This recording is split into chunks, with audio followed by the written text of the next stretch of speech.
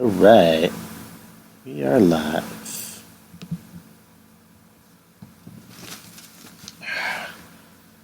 Alright, I'm gonna just share a few things.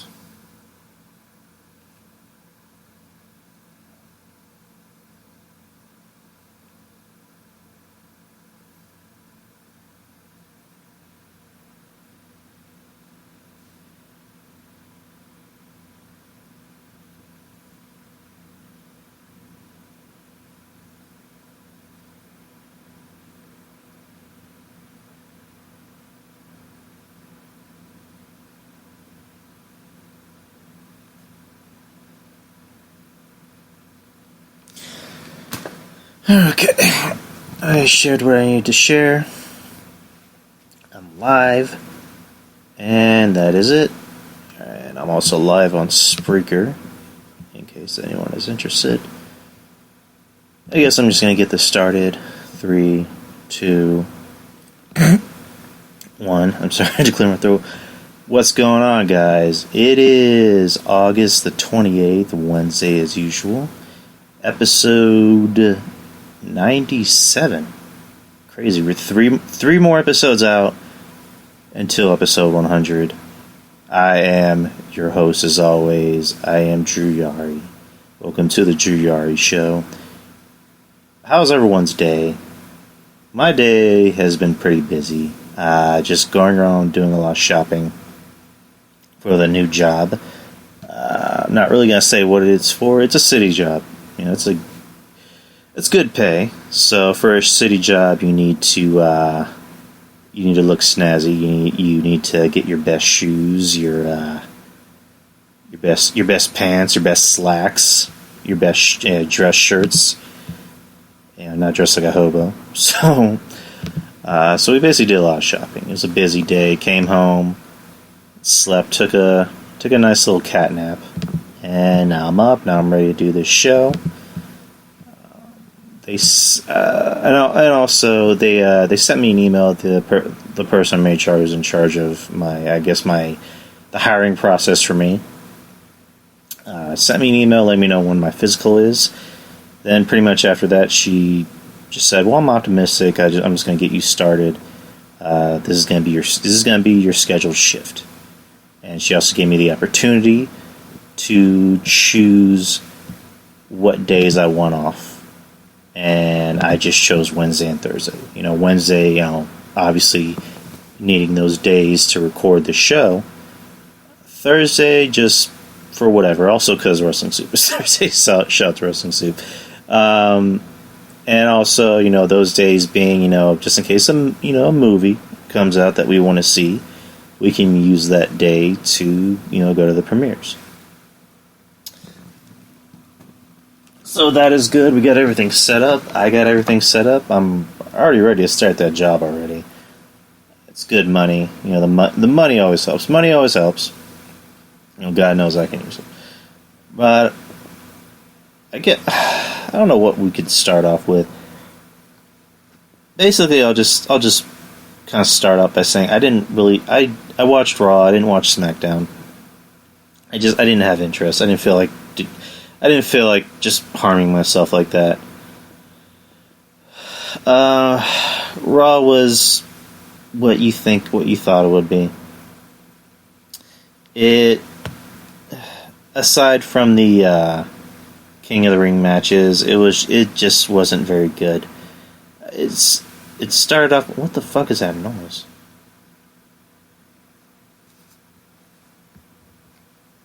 Okay. For some reason, I put my phone on my laptop.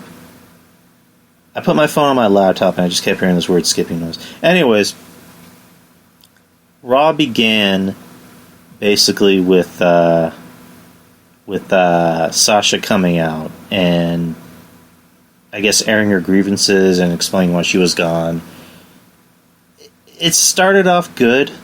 It started off okay, and then I don't know. Something just wasn't landing. Something wasn't clicking with the promo. It's good that she's a heel because the long-winded joke with Sasha was that she was going through this this time period where she just kept constantly saying, ever since I was a little girl, Eddie Guerrero, she's always worked better as a heel. So she came out and just explained, I was gone for 4 months. Yet, did I really throw a fit at the back of WrestleMania, in the backstage of WrestleMania? Yes, I did. Did I really cry after a match? Yes, I did. And, the reason why is because, I was put in a tag team match that I didn't give a shit about, defending tag titles that I didn't give a shit about when I should have been in the main event of WrestleMania. Becky Lynch was in the main event of WrestleMania. And I don't know, does Sasha Banks have like an overbite? And not that I'm making fun of anyone that has an overbite, but when you're trying to give like a kind of a serious badass promo, it kind of, I don't know, it makes it very obvious. Like, because, and somebody pointed this out, that she kept saying women's division, but the way it came out was women's division, women's division, women's division. And I'm just like, I feel like I'm the only one that notices this. And then somebody finally shared it, and me and Brian from the B Show, shout out to Brian, we're just having a lot of fun with it. Yeah, that promo was a little long. It was a little longer than it should have been. She should have just came out and been a lot more short and sweet and to the point. And then it didn't help that Natty came out, which I like Natty. I don't hate Natty at all, but it's kind of time for her to go. I'm not saying completely fire her from the company. Keep her on as like, I don't know, maybe a trainer. Keep her on as a trainer. Train the other young girls. It's not that Natty's bad at the ring. She's really not. She's very talented in the ring. She's, someone said she's like the Undertaker of the women's division, which I agree with. But she just gets no reaction. She gets a reaction when, that music hits and it's supposed to be Brett's theme. And other than that, nothing works. I'm hoping this whole thing between her and Sasha is kind of done with. I don't really care about it. I don't really think anyone else cares about it. Sasha and Becky, they already announced Sasha and Becky at the next pay-per-view, which is Clash of Champions. It should be a good match. Other than that, do I see Sasha winning? It would just be kind of weird if Sasha came back and had all this hype on her and she loses. So, yeah, but knowing this company, they'll always pull that kind of bullshit. But, I don't know, when is the pay-per-view again? Night of Champions? I know it's in September, obviously. But what exactly is what exactly is like the pay-per-view start date? Clash of Champions. For some reason I put Clash of Champions September 14th. That's about 2 weeks from now. It's weird that they're putting more time and effort into this kind of nothing pay-per-view, and yet with SummerSlam, they just kept like hot-shotting every match. I don't know. You would think that it would go the other way around, but whatever. On Raw, what else happened on Raw? I'm just gonna skim through Raw because again, I wasn't really too big on Raw. The highlight of the night: Ricochet versus Drew McIntyre. Good match. I was shocked that Ricochet won. I was kind of shocked and I wasn't. As soon as I saw the match brackets, I went, yeah, I have a feeling Ricochet is going to win that. And I picked Drew McIntyre to win. Me and Tyler, when Trademark was on the show, shout out to Trademark, we both picked Drew McIntyre to win because we both agree Drew McIntyre, he looks like a legit guy in the company. He looks like a wrestler. He has the potential to be something. He's a big jacked motherfucker. And the only thing missing from him is like his ability to really talk, to really enunciate. And I honestly thought he could win because it just sounds better. King McIntyre, King Drew, King Drew Yari. But overall, it was a good match. Ricochet, they want to make him into something. And he just brought back his old gimmick of King Ricochet, which I guess, or I know he was Prince Puma over in Lucha Underground. So there was that. It's going to be him and Samoa Joe next week. Out of everyone, I think out of the Raw bracket, Ricochet is going to win. Because, again, they want to make him into something, which I like Ricochet. I don't hate him. I don't know. I just thought Drew McIntyre would win. My cat is, clamoring to come into this room already. Hold on, give me 1 second.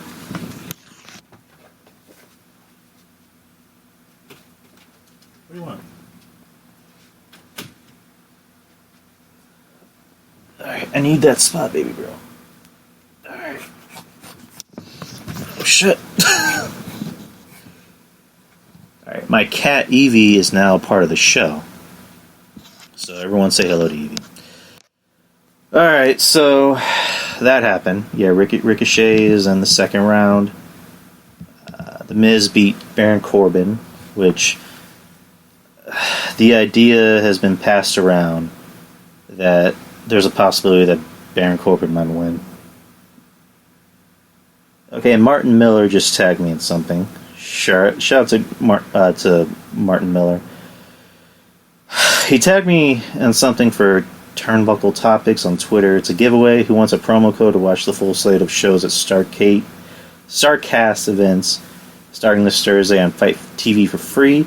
To win, you must like and return this post. Be following Fight TV and TT_for you.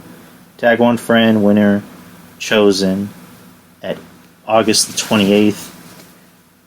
August the 28th at 8 p.m. Eastern Time. So, what would that mean exactly? Alright, let me just reread this again. Who wants a promo code to watch the full slate of shows at Starcast events starting this Thursday? Would that mean I would get to watch All Out for free? Because if that's the case, that'd be awesome. I don't really give two shits about Starcast. I would rather just watch All Out. So, Martin, if you're listening, if you can make sure I can watch All Out for free, that'd be fucking sweet. Alright, I don't even know what the hell I was talking about. The King of the Ring. Yeah, so, Baron Corbin has a match against Miz. Baron won. After the match, he sat on the chair, the king's chair. Gave his King of the Ring promo, his heel promo, which is now a meme, and put on the crown. A lot of people think that Baron Corbin might exactly win this thing, which I hope not. I seriously hope not. The point of King of the Ring is to give more up-and-coming, stars a chance. Baron Corbin was just in the main event scene. He literally main evented 2 pay-per-views, before SummerSlam. So he should not even be in this tournament. Aleister Black should be in this tournament. I don't know why Aleister Black's not in this tournament. I guess it's because he's stuck in his black room and they've been knocking on his door and he's not answering. He doesn't want to answer. So I guess there's that. Daniel Bryan should be in the King of the Ring tournament. And again, I know Daniel Bryan, doesn't really need it because he's been a WWE champion or whatever, but it would have been cool to see him in it. It would have been interesting if they mixed in NXT guys in the King of the Ring. Why the fuck not? They could have really used this opportunity, especially since you're bringing NXT to USA. Sorry, I was biting my nails. It's a bad habit. When you're bringing NXT to USA, you could have really, used this opportunity to mix them, with the King of the Ring. You know what I mean? You could have seen matchups that you'd never seen before. You could have seen Matt Riddle versus a lot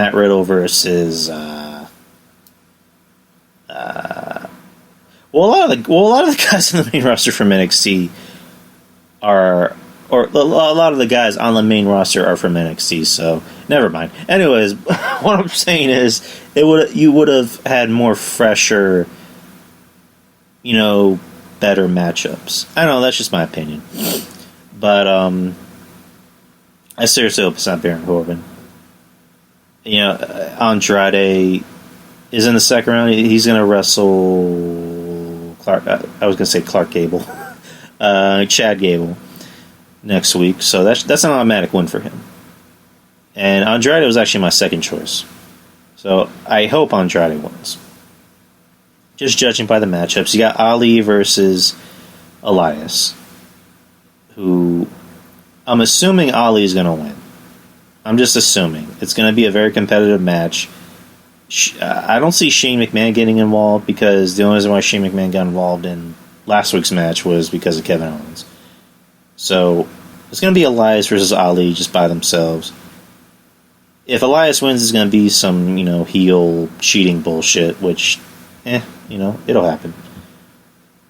I'm pretty sure they're going to want Ali to win because they want to make him a thing. And I like Ali, but I don't think Ali should have beaten Buddy Murphy, in my opinion.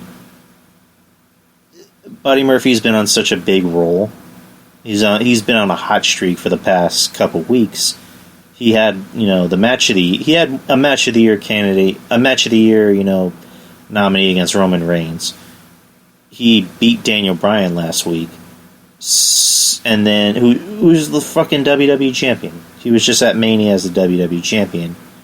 And then you just have him lose to Ali, who hasn't done shit. I just an astute observation. Not shitting on Ali, because I like Ali. But it's just logic. Like, how are you going to have a guy who's been on a hot streak and then have him lose to somebody who hasn't really done anything? Like, I don't know. That's just me. But yeah, I'm assuming Ali's going to beat Elias. And he's going to go on to face Andrade. And as for the other Raw matches, Cedric Alexander's not going to beat Baron Corbin. I'd be shocked if he did. I mean, because Cedric Alexander versus Ricochet, because Ricochet's going to beat Samoa Joe. As much as I like Samoa Joe, they're not going to give Samoa Joe shit.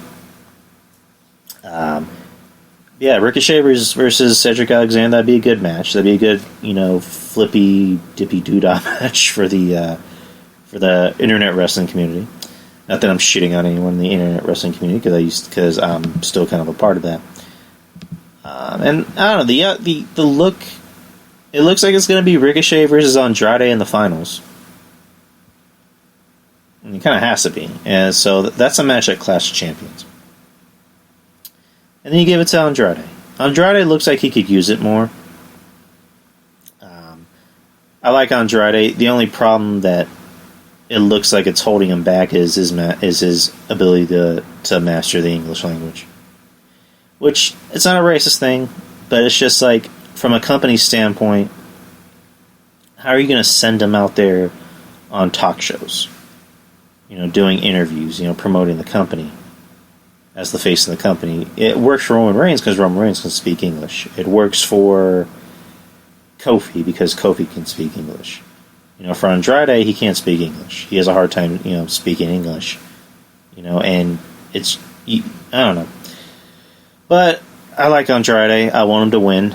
I want him to have a higher position in the company. Having Zelina Vega,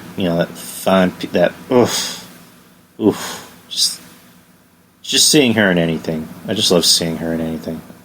Matter of fact, I wouldn't mind if they just they had two camera positions for an Andrade match. They just had the camera for Andrade, for whoever he's wrestling, and then you just have the camera primarily just on Zelina. I love Zelina. Oh, I love her so much. Why is Alistair hiding from her? Is Alistair trying to hide from her? Is that why? Is that, I don't know.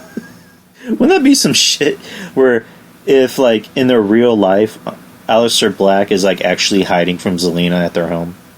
She can't find him, and then she's like, "You're in this fucking dark room again? I'm waiting for someone to knock on the door." Get the fuck out of this room, puto. That was corny. But, Raw apparently got a 2.5 on the ratings, which that was surprising. I didn't watch the rest of the show, but I saw the end on clips. was Braun versus AJ for the United States title, and he just beat the shit out of AJ and the Good Brothers with a steel chair. Which, to me, again, logic. Braun was able to tip over an ambulance and a car. So he should be able to, like, if he's hitting somebody with a steel chair, they should fucking, like, be like shattered glass. You know what I mean? It should be like when Thanos wiped people from existence. That's how it should look. These motherfuckers should turn to dust. But, I don't know, that's just me. So that was the end of the show. I didn't watch the Sasha and Natalya match. I know Sasha won. I didn't care. I just tapped out. It was a bad show. And again, saw SmackDown in clips.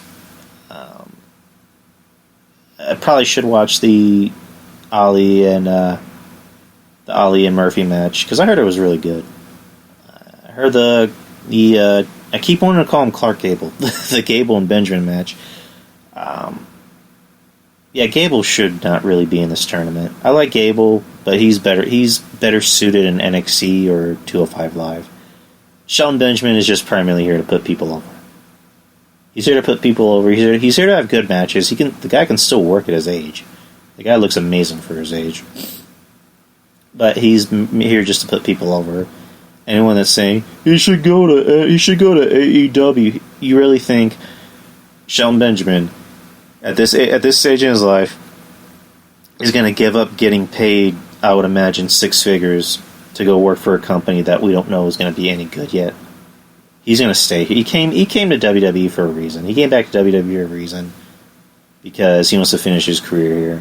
He's not really likely going to be a trainer in NXT, which, good for him. You know, the guy was a former collegiate wrestling champion, so good for him. Like, that's his future in the company. He's going to end up putting people over and also helping the young talent. So good for him. I like Shelton. I've always been a fan of Shelton, by the way. But yeah, Gable, Aleister Black could have easily replaced Gable in this tournament, in my opinion. This is coming from a guy who's small. I'm 5'9", and Chad Gable's small. If a guy is my height, or if I'm taller than him, he should not be getting these opportunities.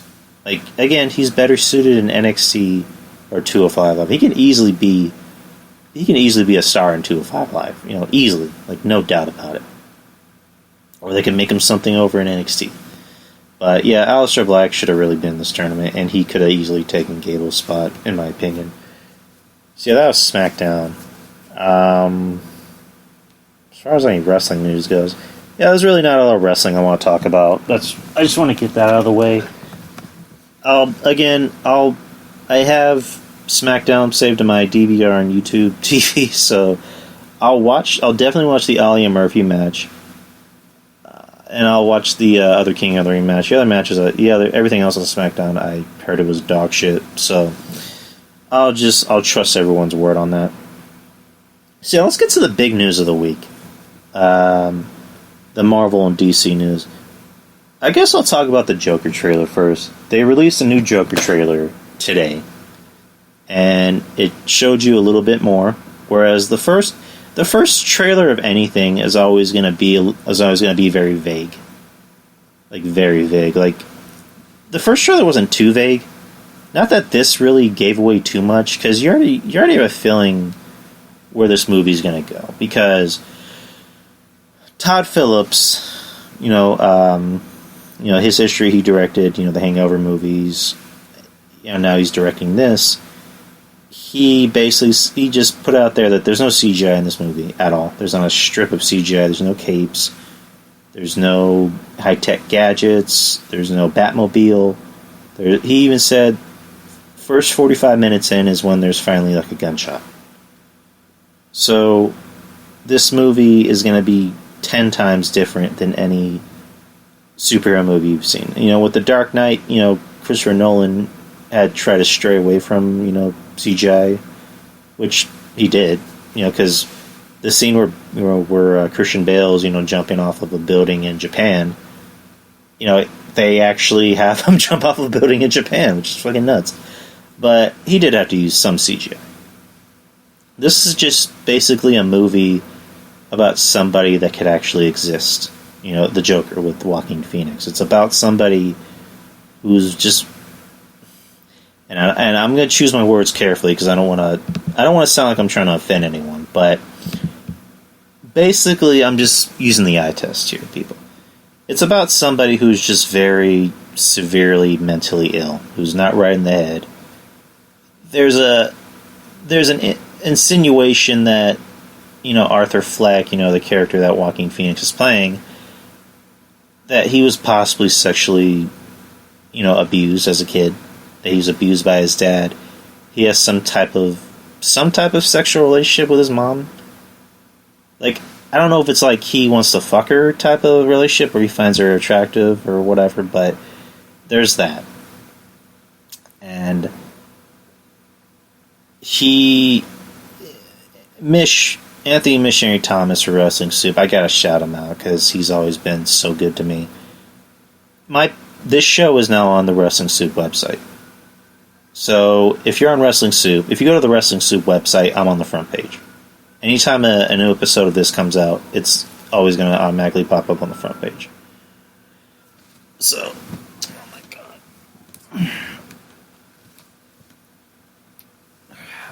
Sorry, I just petting my cat. But, yeah, go to Wrestling Soup, and this podcast is on the front page. Mish shook me up. I will forever be in Mish's debt. He's a good dude. He compared this film, just by the way it looks, to the movie Falling Down. Which, if anyone's ever seen Falling Down, it's a movie with Michael Douglas where he plays a character who, from beginning middle to end, gradually starts to lose his mind and goes from being someone who is, again, someone we know, someone we want to work with, someone we went to school with, someone we probably live next door to, a man just losing his grasp on morality and humanity. And at the end of the movie, he loses his humanity.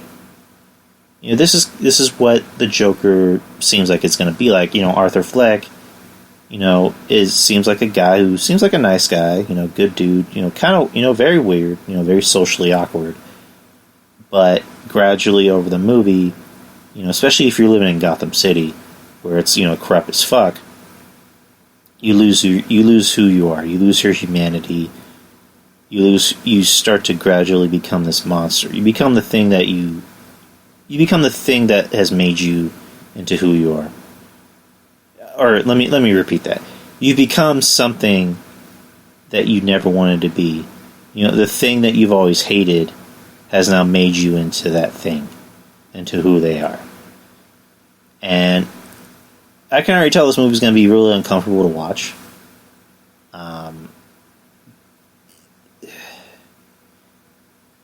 I watched a movie with Joaquin Phoenix recently. It was called You Were Never There. It seems like that's how the movie's going to be, except in that movie, spoilers to whoever hasn't seen it, whoever has Amazon Prime, watch it. But, it's about a guy who, has kind of had a fucked up life. He still lives with his mom, but he's also a contracted assassin to go after predators. And there's a lot of flashbacks about his childhood growing up. He experienced, domestic abuse. He saw his mom get the shit beat out of her growing up. It's a pretty rough movie to watch. This seems like it's going to be like that. And you see, it shows that Robert De Niro is in the movie. He plays a talk show host, which, if anyone's ever read The Dark Knight Returns, or watched the Dark Knight Returns movie, there's a scene in it where the Joker returns after being in an insane asylum. And he's on a talk show, and we all know what happens after that. So,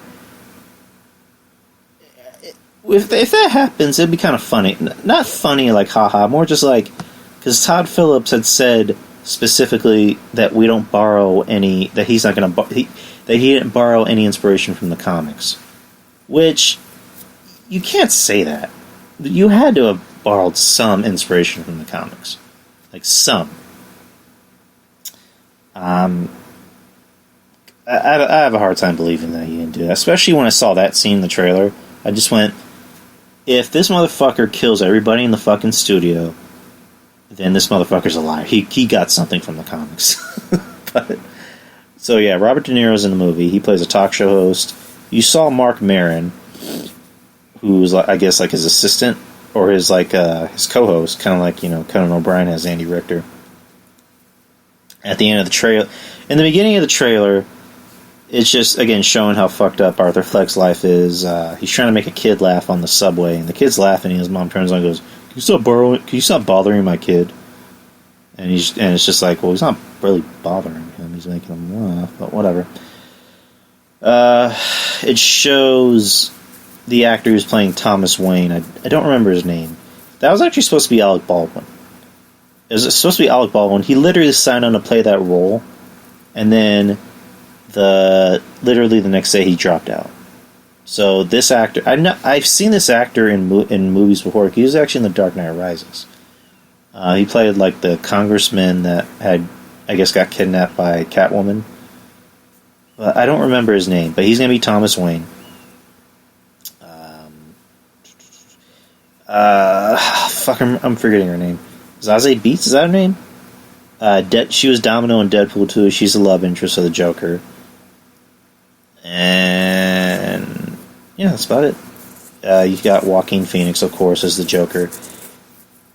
He's a struggling stand-up comedian, and there's a scene where he's watching himself on De Niro's talk show, and then De Niro just shits on him. So he ends up coming back to the talk show, which I'm assuming that's going to be the end of the movie. I'm assuming that's the last scene in the movie, where he comes back and he tells De Niro, one more thing, can you announce me as Joker? And then De Niro's just like, what the fuck? So I am very, very, very looking forward to this fucking movie. Like, I'm going to be front row. Well, maybe not front row, but I will be in the back on opening night. I am very looking forward to this movie. I don't know what to expect from it, because they keep saying it's going to be standalone. It's not going to have any connections to any other movies, which I don't know. I just have a hard time believing that, because you have the Waynes in there. You have Thomas Wayne. You have young Bruce Wayne. It's in Gotham. It's set in the 80s. I don't know. I just have a hard time believing that this is not going to be connected to another movie somehow.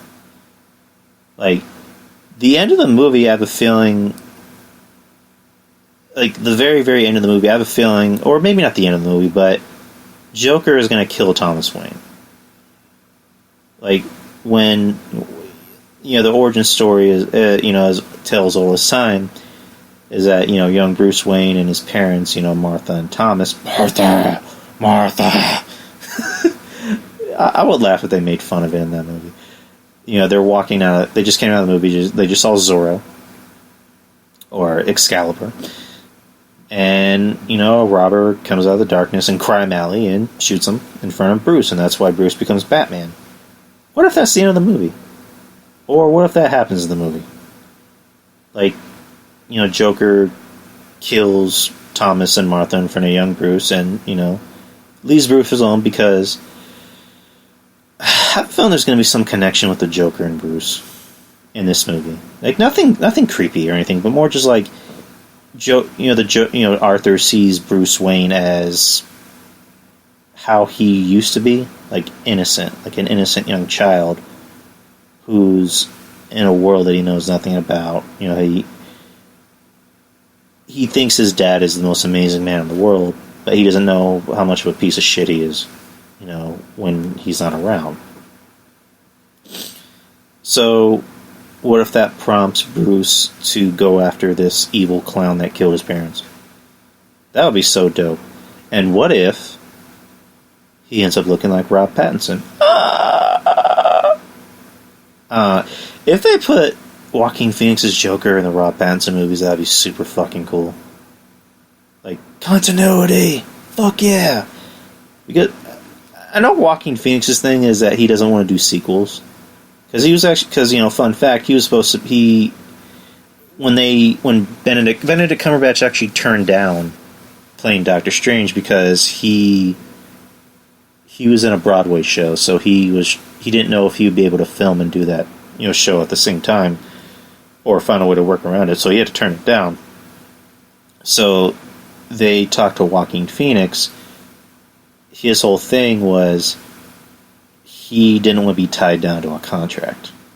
Like, he's one of those actors that doesn't like sequels. He doesn't want to do sequels. He doesn't want to just be tied down to one role. He'd rather just do a role and then leave. And surprisingly, Joaquin Phoenix actually likes superhero movies. Like, he did an interview a while back where he talked about the movies, and he said, they're good for Hollywood. I'm not a cinephile. I think they're good for the industry. So there's that. I'm very excited for this movie. There's a lot of Oscar buzz around it, which, the second time a Joker actor gets an Oscar or an Oscar nod, that'd be fucking insane. That would be insane. A lot of people are trying to compare it to Heath. I would say don't compare. Like, every Joker was different in their own way, because the character needs to evolve. You can't just play the same character for over and over again. You can't just borrow from other people's interpretations all the time. You need to add your own spin on things. Mark Hamill, to us will always be the Joker. Jack Nicholson, to a lot of people is their favorite Joker because, we grew up on those movies. Jack Nicholson is one of the greatest actors of all time. And, again, his Joker was more comedic. He was still a psychopath, but he was, more comedic. Heath just broke down the door for that role. Like, his Joker was intimidating. Not just psychotic. His Joker was intimidating. His Joker was more like, he tried to pin people against each other. Like, I'm pretty sure you'll cut that person's neck if it means that you got to live. It means you and your family got to live. Prove that you're better than me. Like that was Heath's Joker. Heath's Joker made sense. Like, what he said made sense. It was kind of like a really good wrestling heel. Like, his Joker really did make sense. Everything he said made sense. Jared Leto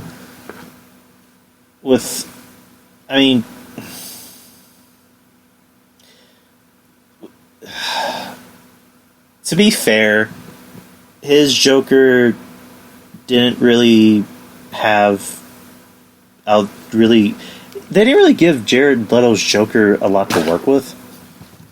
Like, because in the trailers they made it look like he was going to be like a big part of the movie, and then he was literally just in it for 8 minutes, or not even that.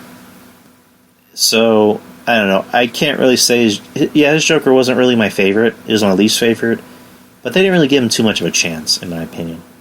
And now you got someone like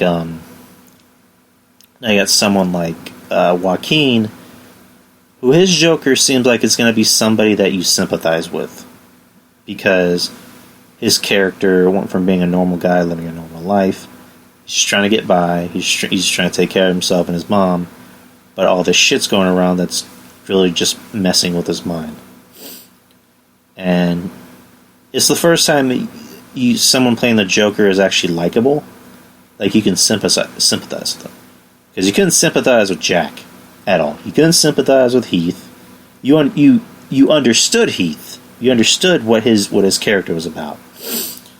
But you didn't sympathize with him. You sure as hell didn't sympathize with Jared, because I don't even think he knew what the fuck he wanted. But with Joaquin, it looks like you would sympathize with him. Like, you would understand him. You would understand him, 100% about what he wanted, what his intentions were, why he wanted to do it, and how he wanted to do it.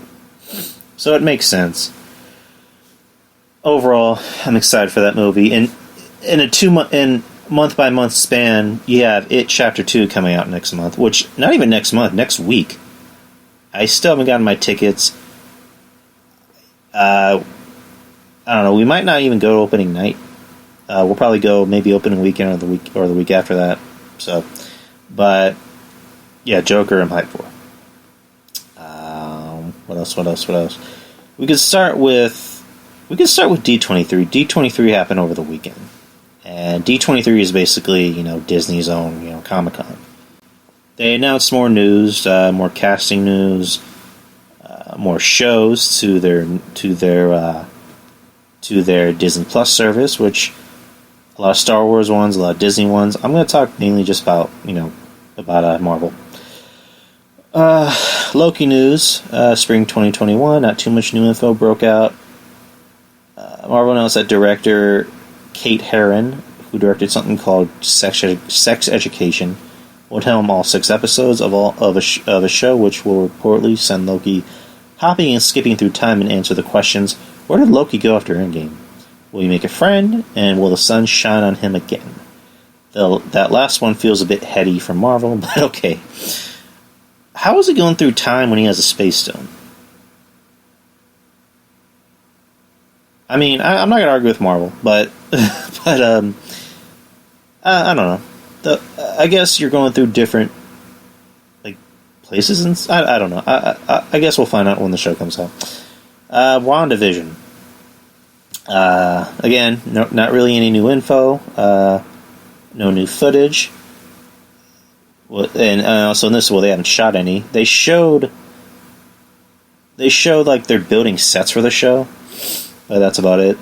Distorted footage of star-crossed lovers Wanda and Vision from their time in the MCU, including, yes, the Paprika Cash scene, was spliced together with footage from the classic 1960s sitcom The Dick Van Dyke Show, featuring Mary Tyler Moore's character Laura Petrie worrying that she and her husband weren't who they thought they were.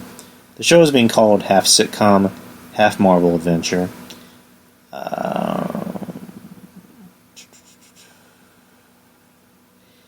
It's a take from Tom King's brilliant comic book The Vision, which sets the purple-hued hero among the picket fences of suburbia. King recently teased that he was working on a top-secret TV project and tweeted a hint that the project may in fact be WandaVision. Kat Dennings will reprise her role as Darcy Lewis from the Thor franchise, and Randall Park will appear as Jimmy Woo from Ant-Man and the Wasp, which I don't know how you put those characters in this show, but whatever. Whether they'll be the versions of the characters we're familiar with or a new 60s-esque spins on them remains to be seen. Also joining the cast is the great Kathryn Hahn. I love her, she's funny. Who will be playing the classic sitcom type of the nosy neighbor. Think Gladys from Bewitched. All the zany comedy will dovetail into Olsen's crossover appearance in Doctor Strange in the Multiverse. Or Doctor Strange in the Multiverse of Madness, coming to theaters May 7th, 2021. So, yeah, like they just said, this is going to be this is basically a sitcom. It's going to be like, what the fuck? Every time I put my phone here next to my headphones, it makes this weird sound. So by the sounds of it, it's going to start off in a kooky way, but there's also going to be some kookiness to it.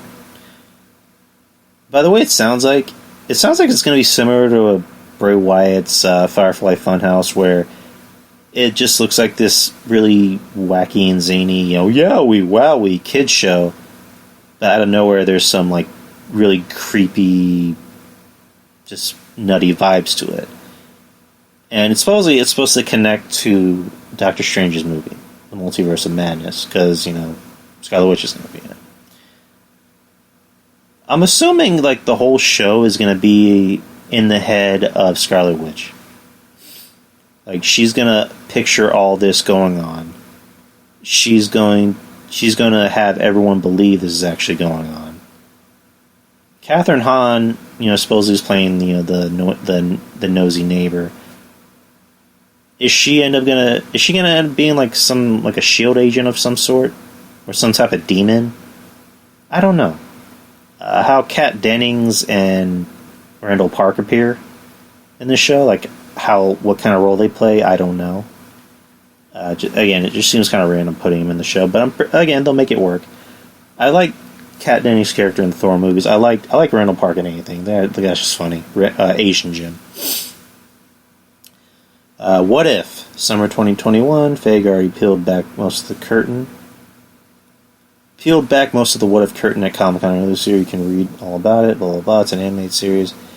Hosted by Jeffrey Wright, who plays the Watcher. The Marvel team reeled some footage of these alternative takes. D23 saw, for example, a zombie Captain America and T'Challa, not Star-Lord, in the familiar opening heist from Guardians of the Galaxy. But the biggest hit of all was the reveal that Haley Atwell is Agent Carter as the recipient of the Super Soldier Serum instead of Steve Rogers. That looks pretty dope. She has a shield that has the English flag on it. Her glistening biceps were quite a hit with the crowd, as did her Captain Carter suit. I'm looking forward to everything that's on here. Miss Marvel news that teen Muslim American superhero Kamala Khan will be getting her own Disney Plus show. Hit the internet mere hours before Feige took the D23 stage to announce it. But a few hours is plenty of time for a controversy to brew. And fans of Khan, when she represents, were initially disappointed when they thought she would just be appearing on Disney Plus. But what the initial report failed to mention is that Khan will be joining the MCU in the big screen as well as in her own show. So good news all around here. So that's good. It's not going to be like Netflix where they talk about the movies for like a bit, but they're in their own universe, which they should be. But we were all waiting for that big crossover for Daredevil to be in Infinity War, or for Iron Fist and Luke Cage to show up in Infinity War, for the Punisher to show up, for Jessica Jones to show up, but they never did, which was kind of weird. Now, since all these shows are under that Disney umbrella, and they're supposedly going to take place in a world, post Endgame, now these characters can interact on screen. This, Ms. Marvel, I'm not sure when the timeline's going to be set, but she can interact with Captain Marvel. She can interact with other characters, so that'd be dope. Here's the news that fucking really just, made me go overboard. Moon Knight. They're making a fucking Moon Knight on Disney Plus. An early popular guess as to who he might be playing, because let me just go back. They announced that Kit Harington was going to be in the Marvel Universe, that he had signed on to do something Marvel related. They didn't say what, they didn't say who he's playing, but they just said he was going to do something Marvel related. A lot of people thought he'd be Moon Knight, which wouldn't have been a bad choice. Lo and behold, Feige announced that Moon Knight was getting his own Disney Plus series. In the comics, as many might or might not know, the character is a boxer who develops dissociative identity disorder and may or may not be descended from the Egyptian deity Khonshu. But at the very least, he has moon-based powers. Yeah, but Harrington's name didn't come up during this presentation. I am so fucking down for Moon Knight. I became a fan of Moon Knight. Oh, motherfucker, come on. I became a fan of Moon Knight through the Ultimate Alliance game. I was a big fan of Moon Knight based on that game. I played with him. I wasn't really too sure who he was, but I just thought he was fucking dope. And then I started reading more Moon Knight comics again, because I was a fan of his through the game. So I bought a couple of his comics, and the guy's fucking dope. I fucking love Moon Knight. I fucks with Moon Knight. It would have been nice to have a Moon Knight show on Netflix, just so you can make him a little bit more grittier and darker. But hey, we're happy with what we have right now. I guess my cat doesn't like me rubbing its belly with my foot.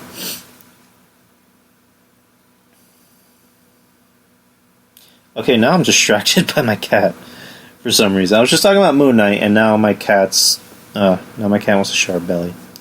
Anyways, fucking Moon Knight. I'm so stoked for this. I tagged John Draper and Mission it, and they were probably even more excited than I was. I can't wait for it. I want it to happen now. I need Moon Knight now. I need to know who the fuck they're casting as Moon Knight. That's a character.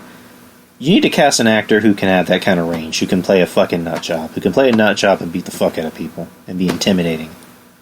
What suits would they pull off though? Are they going to use the all white, suit and tie, and white face, and a white mask? Or are they actually going to go like the full Monty and have like the all white cape and like brass knucks and like what are they going to do? Am I bothering you?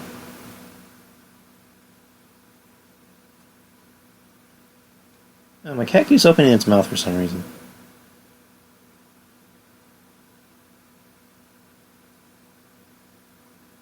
Okay, it's kind of freaking me out a little bit. Okay, you need to yawn. What the fuck?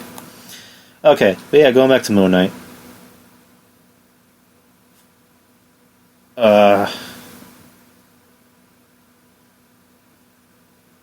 Hopefully you don't have to throw up. You better not throw up in here.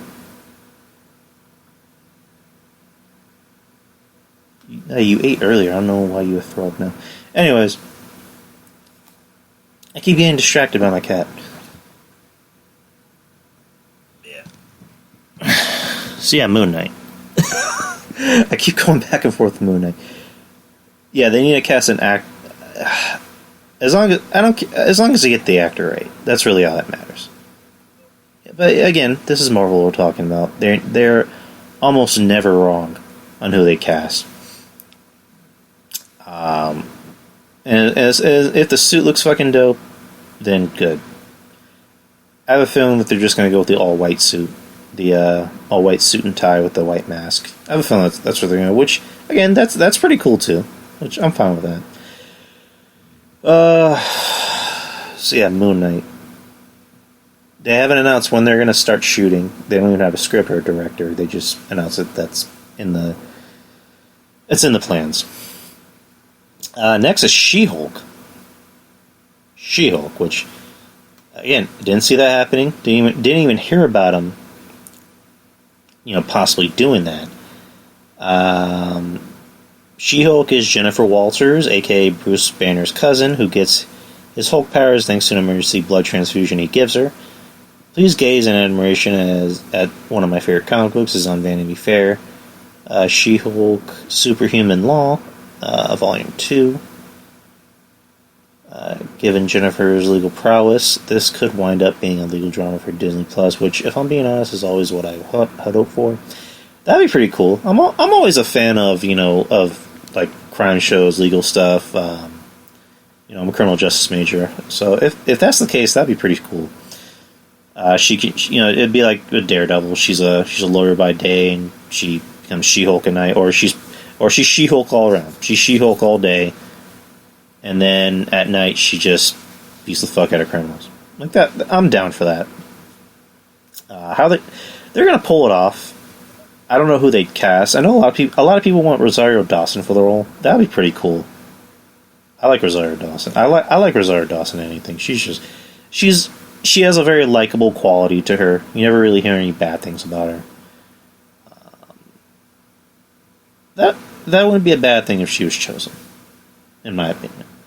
More news. Again, going back to Kit Harington. Kit Harington was announced as being the Black Knight for Marvel's The Eternals, which I believe I have that up right now. Who is the Black Knight exactly? Black Knight isn't the most popular Marvel character, but is a former member of the Avengers and Defenders. Here's what you might know about him: writer Roy Thomas and artist John Buscema created Dane Whitman. The character first appeared in the Avengers number 47 and 67, and is the third Marvel character to go by the name of the Black Knight. Whitman is a descendant of Sir Percy of Scandia, the original Black Knight from medieval times in the Marvel Universe. Whitman's uncle, Nathan Garrett, was a supervillain and a member of the Masters of Evil. There's a lot here. So by all accounts, from everybody that I heard, from everything that I've heard, is that this is supposed to be a pretty dope character. I'm going to have to ask John Draper more about that. He's supposed to be a pretty dope character, so I'm pretty sure Marvel can make any character that is a little less known into something a little bit bigger. So I'm hoping for that. The only thing I care about the Eternals is, again, I haven't read the comics. I don't know too much about it. The only thing that I care about is that it's a good movie. That's the only thing that matters to me, is that it's a good movie that's fun. And again, Marvel hasn't been wrong lately. And I know a lot of people think I'm just a Marvel fanboy, I'm just blowing them, which kind of. But I like what I like. I like all their movies. I'm not saying every single one of their movies is my favorite. There are movies I'm not a fan of. I don't care about, Thor: The Dark World. The first Captain America, I can fall asleep during.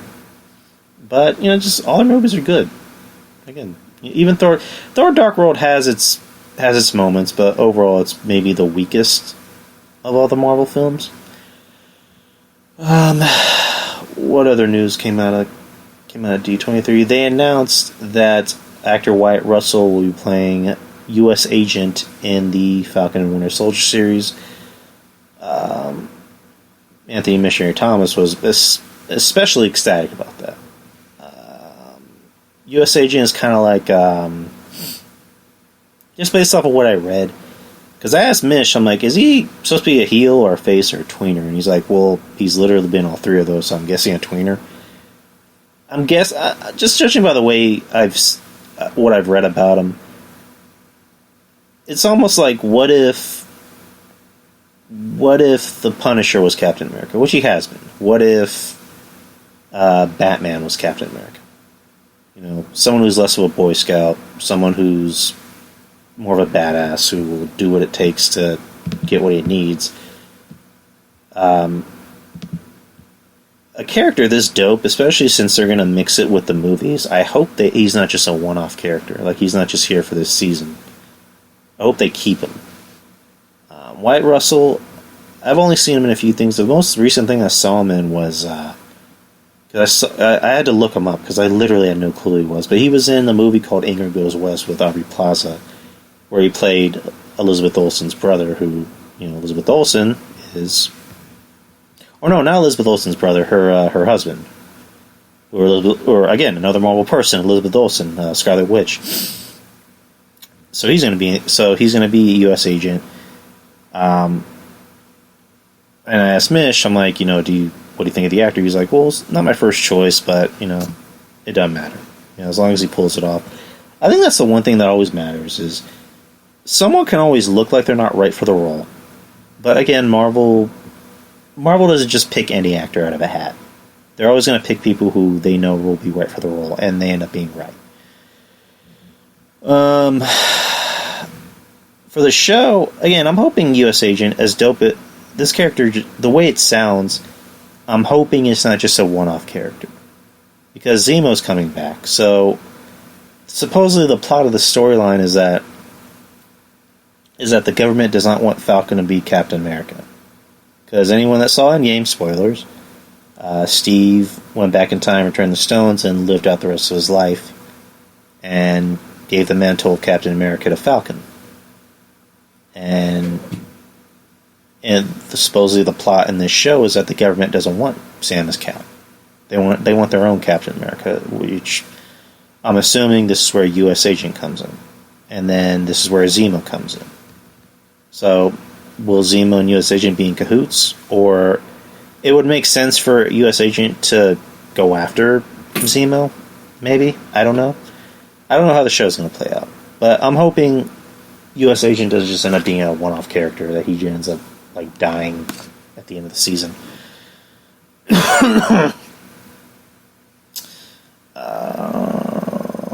What else happened? Emily Van Camp, Agent. Agent Carter's niece will be back in this season, so good for her.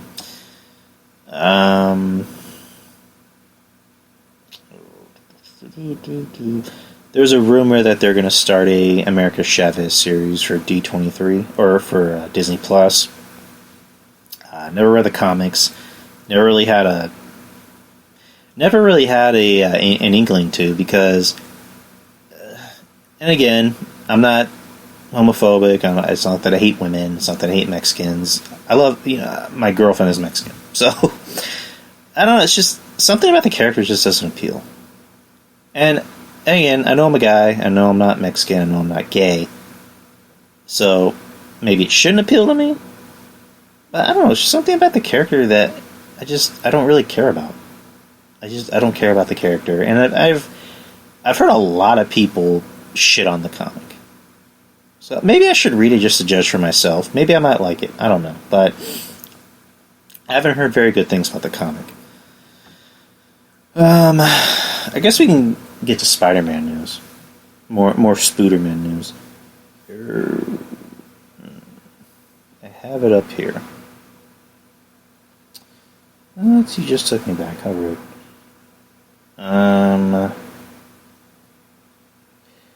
So, Tom Holland confirms Spider-Man's exit from the MCU for now.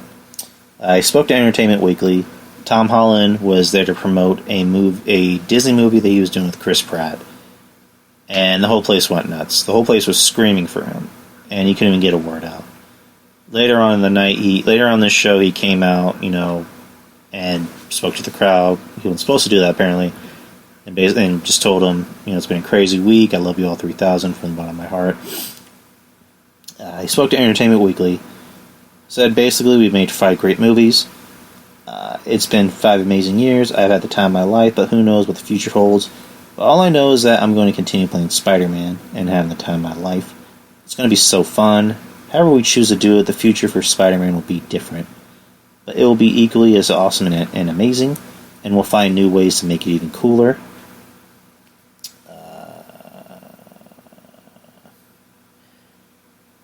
Kevin Feige confirms the exit.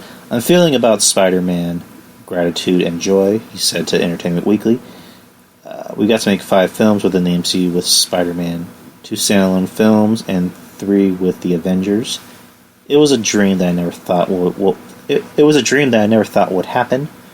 It was never meant to last forever. We knew there was a finite amount of time that would be able to do this, and we told the story we wanted to tell, and I'll always be thankful for that.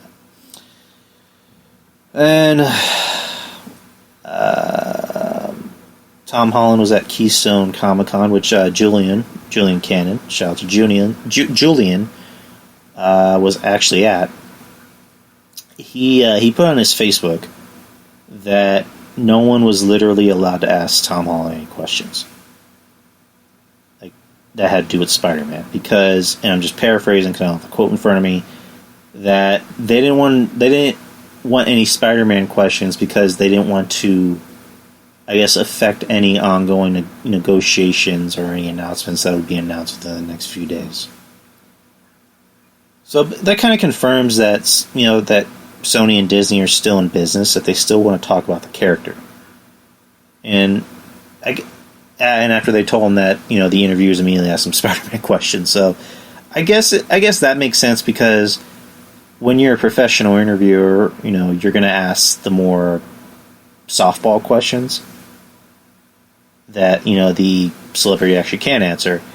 If you're a fan, you're going to just be honest. You're going to be like, what the fuck?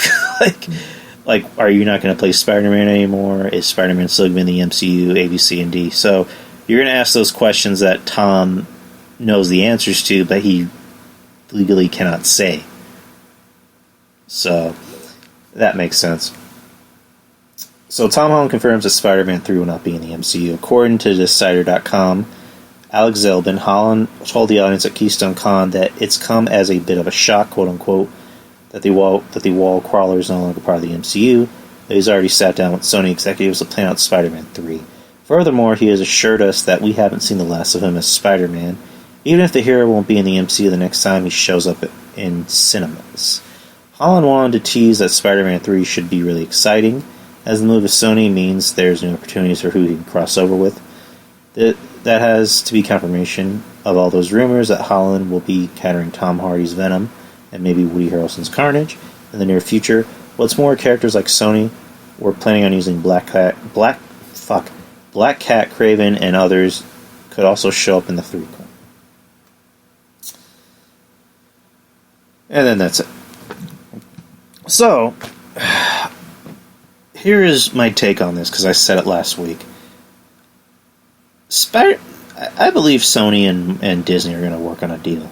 Because supposedly there's supposed to be a deal announced this week. Sometime by the end of the week. I don't have a problem with... Because the idea I read from Kevin Feige was that the sequel, that Spider-Man 3, was supposed to be more Peter Parker driven.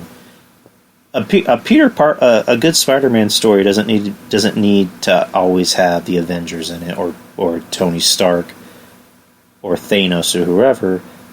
But how exactly are you going to tell Spider-Man's story now, when all that character has been through in the past 3 years has been nothing but the Avengers and Tony Stark? Because how is it that Tom Holland or Marissa Tomei or Zendaya are not going to mention Tony Stark, are not going to mention the Avengers, are not going to mention Thanos, are not going to mention the Blip?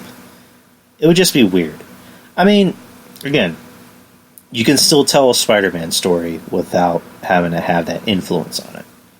But you need Spider-Man in the Marvel Universe. You need it. You know, Tom Holland is really good in it. The last movie was when he finally decided to come into his own.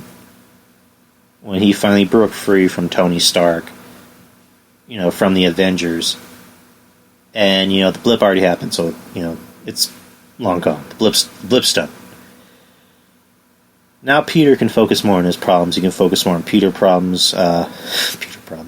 He can focus more on his own villains, you know, his family, you know, trying to fuck MJ in the ass. He has problems. And, you know, now there's a possibility of he can run into Venom. Which, here's the idea I have for Venom and how you can fit that in with Tom Holland's Spider-Man, is that, let's say the storyline of Venom was in the future. Because they never exactly said what year it was in Venom.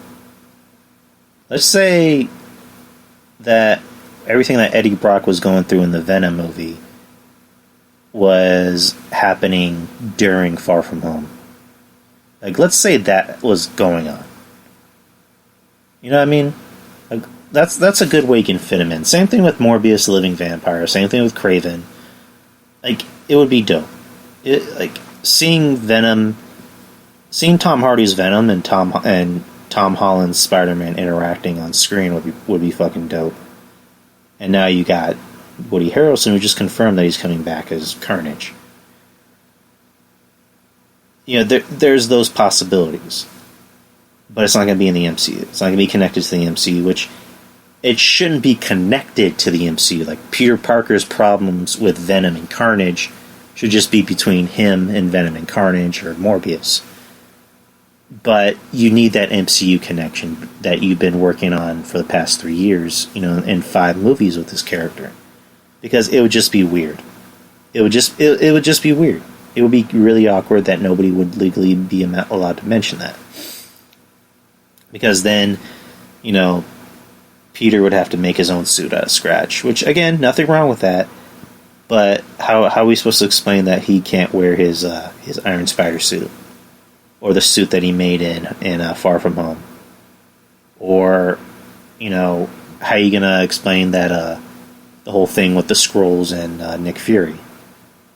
You need Spider-Man to be in the Marvel Universe. You need Spider-Man to be in the MCU. Again, I believe a deal will be worked out.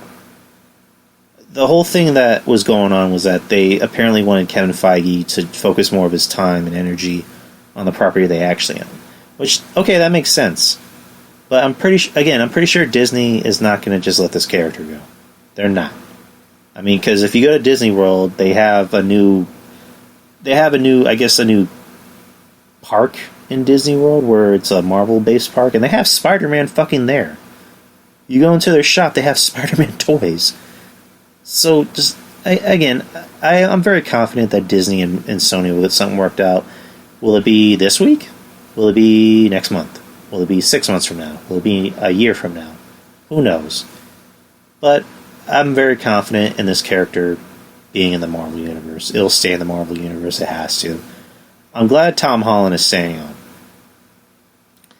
But they have to keep this character in the Marvel Universe. They just have to. They can keep it in and not really have to rely too heavily on talking about the Avengers.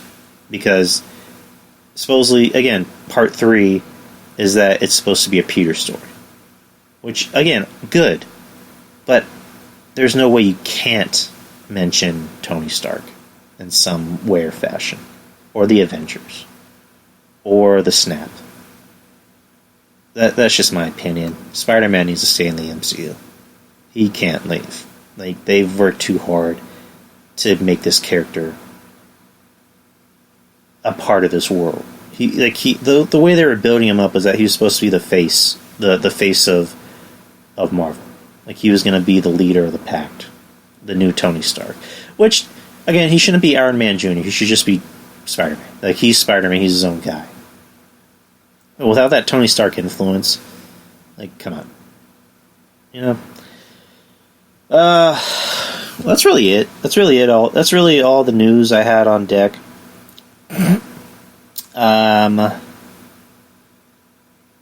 Shout out to Wrestling Soup. Anthony Missionary Thomas, good friend of the show, good friend of mine, love him. John Draper, who I would really like to get on the show sometime soon. And Joe Numbers. I'd love to get Joe on the show sometime. If you go to the Patreon for just $5, you can get all types of good shit, all types of exclusive content, like Global Balding with John Draper, like Side Salad with John and Mish. So there's that you have to look forward to. Don, Tony, Kevin Castle. Kevin Castle. Go to their Patreon for just $5, and you can get exclusive content as well, like Breakfast Soup with DT and Mish. You can also listen to Kevin Castle's 2 shows. You can listen to a solo show, Castle Chronicles. I need something to drink. You can also get Dark Chronicles with Kevin and a very, very good friend of the show, Trez. I'm going to see if I can get Trez on the show next week. I definitely want to get her on for the 100th show. She's very important to the show. Julian Cannon, mentioned him before, his The Wrestling Court. You can listen to that. Tyler the Trademark, the good friend of the show, he was on last week. Was he on last week? No, he was on 2 weeks ago. My bad. B-Show Brian, another good friend of the show.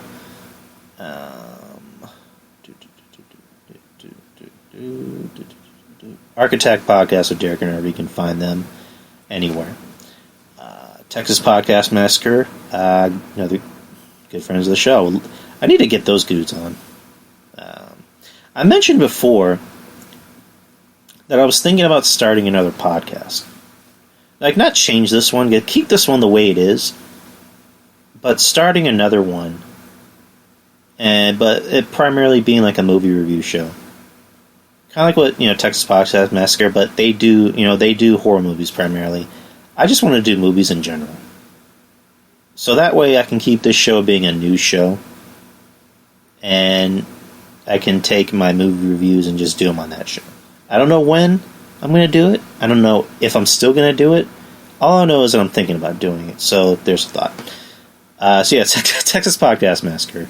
You love horror movies? These guys will do the job for you. I was on the show twice.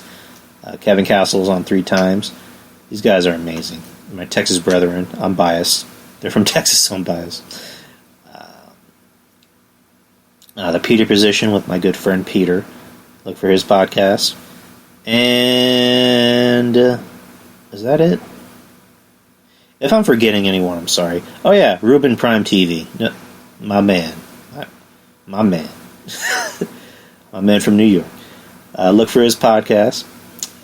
You can find him on Spotify. He actually has his own website, so he has a bunch of links where you can find his show. And that is it. Thanks to everyone who downloads and listens to the show. You can find my podcast anywhere. Spreaker is the main base, is the home base of the show. You can find me anywhere else that podcasts are distributed. You can find me on YouTube as well. Twitter handled The Yari Show. And then Instagram, same thing. Facebook, same thing. Show me some love. I'll be back next week. Same time, same place. And I was thinking about like not just going live on Discord, but also going live on Spreaker, because I'm live on Spreaker right now.